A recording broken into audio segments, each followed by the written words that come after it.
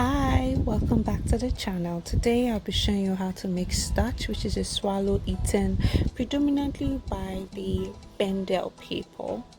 So kindly like my channel, give this video a thumbs up, share with your friends, and let's get down to this gorgeous easy dish. So I've dissolved some starch in water and I'm pouring it into a pot.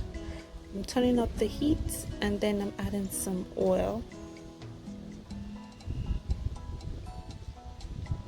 Now the starch is gotten from the process of, it's extracted during the process of making garri from cassava. That's where we get the starch from. So it's quite edible.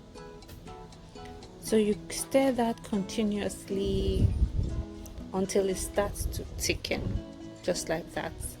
Once it starts to thicken, now you have to hold the pot on the other side and still stir that vigorously, and then you now start to fold in just like that continuously until it's fully formed.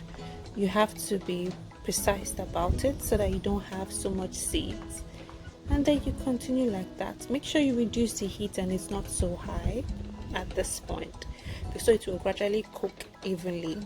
And then you stir it. It's almost the same way you would have done if you were making amala or fufu, that kind of thing. So you stir it from time to time, you rest, and then you stir it again. Yes, it's a lot of work, like a lot of handwork, but the end result is just glorious. Starch happens to be my favorite food. In fact, when we were asked what's your favorite food I was in primary school and I told them it was starch and banga soup, they were looking at me like, where is this girl coming from? Well, who cares? My starch is ready, fam. Look at it. See that gorgeous looking banga? Have you tried my banga recipe? It's somewhere on this page with over 7,000 views and counting, just so you know. Thank you so much for going on this journey with me. Until next time, guys. Mwah! Bye.